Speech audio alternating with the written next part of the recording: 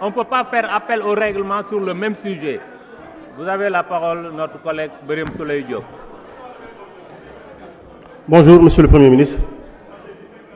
Le grand oublié par ses collègues, 38 minutes sont passées ici, aucun n'a cité votre nom, c'est curieux. Choisir de présenter une déclaration de politique générale. Monsieur le Président. Choisir de présenter une déclaration de politique générale après l'adoption de la loi des finances paraît étonnant.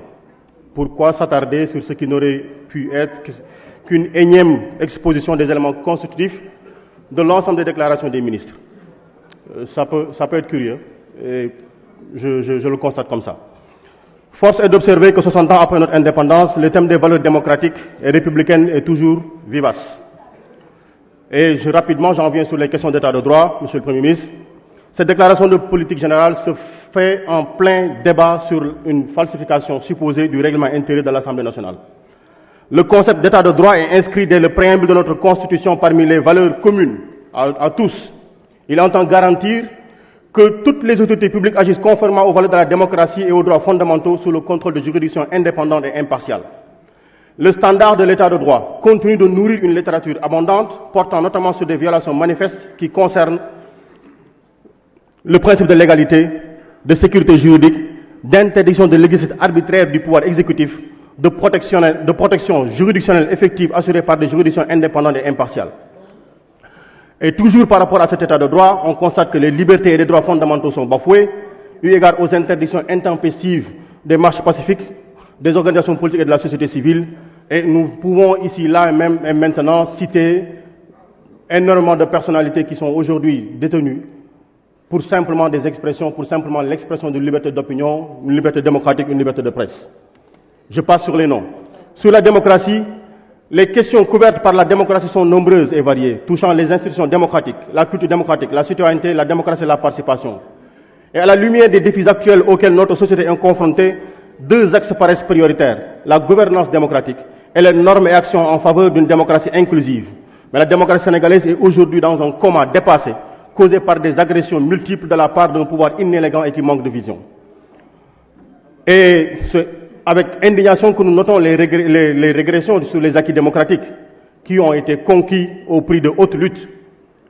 Et nous avons l'histoire récente de Khalifa Ababakar Sall, de Karim Wade, et les tentatives multiples et jamais découragées contre notre président Ousmane Sonko. Mais écoute, quand est-ce que vous allez baisser les armes? Sur la question de notre souveraineté, Monsieur le Premier ministre, le Sénégal peut bien assurer sa souveraineté. Une souveraineté réelle, c'est-à-dire notre capacité à exister dans le monde actuel pour y défendre nos valeurs et nos intérêts. Il y a une souveraineté sénégalaise à défendre et il y a nécessité à la défendre. Ceci est particulièrement vrai lorsqu'il s'agit d'enjeux mondiaux inéluctables comme la protection de notre patrimoine matériel et immatériel, la protection de nos concitoyens, un meilleur partage des ressources, une bonne gouvernance sur laquelle nous ne vous entendons pas et une bonne gestion de nos ressources. Dans une démocratie, la liberté est la règle, la restriction de police l'exception. Professeur, au moment où ces mots sont prononcés, des actes liberticides font le lot quotidien de l'activité du gouvernement. La présomption d'innocence est souvent bafouée. La détention arbitraire est de plus en plus monnaie courante.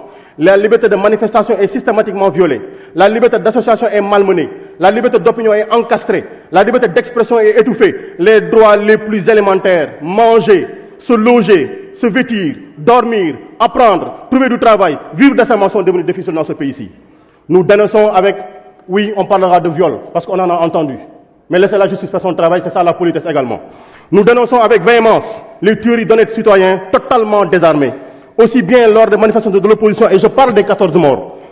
Je parle de François Mancabou. Je parle de Didier Badji. Je parle de Fulbert Sambou.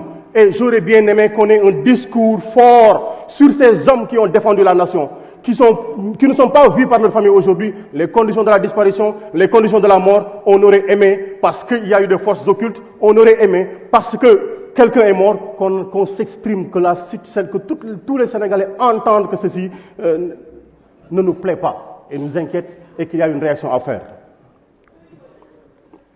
La République, c'est une idée, mais aussi ce sont des valeurs. Le préambule de la Constitution en parle. Le peuple sénégalais souverain est profondément attaché à ces valeurs culturelles fondamentales qui constituent le ciment de l'unité nationale. Et parmi nos valeurs culturelles fondamentales figure le respect des guides religieux protégés en tant que ministre du culte et des autorités religieuses par les dispositions du Code pénal article 233 et 233 bis. Sur l'absence de l'État, l'État du Sénégal est absent. Il n'existe qu'entre 20h et 21h sur la RTS. Après, il disparaît. L'État du Sénégal est absent. Sa présence n'est pas sentie par les populations. On a les agressions, les meurtres, etc. On a tout ceci. Tout ceci, c'est des préoccupations. Et voilà pourquoi nous sommes convaincus qu'il y a à respecter strictement les libertés collectives et individuelles ainsi que les valeurs cardinales de la démocratie. Libérer immédiatement et sans condition tous les détenus politiques. Restituer à Khalifa Sall et à Karim Wade leurs droits. Gérer avec concertation l'opposition et le fichier électoral. Nommer sans délai un ministre non partisan chargé de l'organisation des élections. Préserver les jeunes.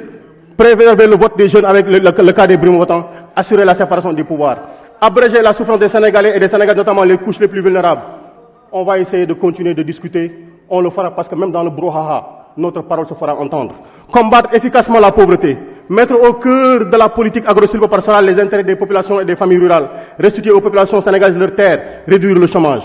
Sur le fait de constituer des commissions d'enquête parlementaires. Éclairer la lanterne du peuple sénégalais sur les auteurs de ces tueries et rendre justice. Diligenter une enquête sur la mort de François Mancabou.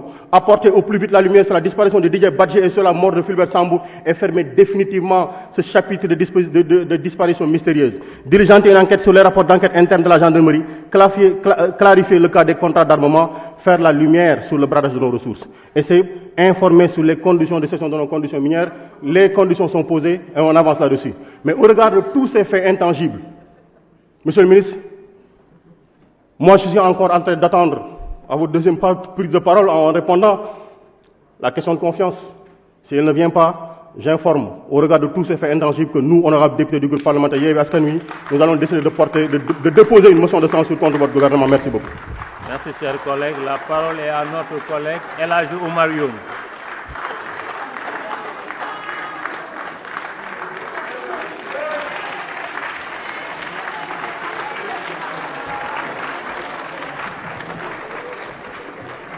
Je vous remercie, Monsieur le Président de l'Assemblée nationale, Monsieur le Premier ministre.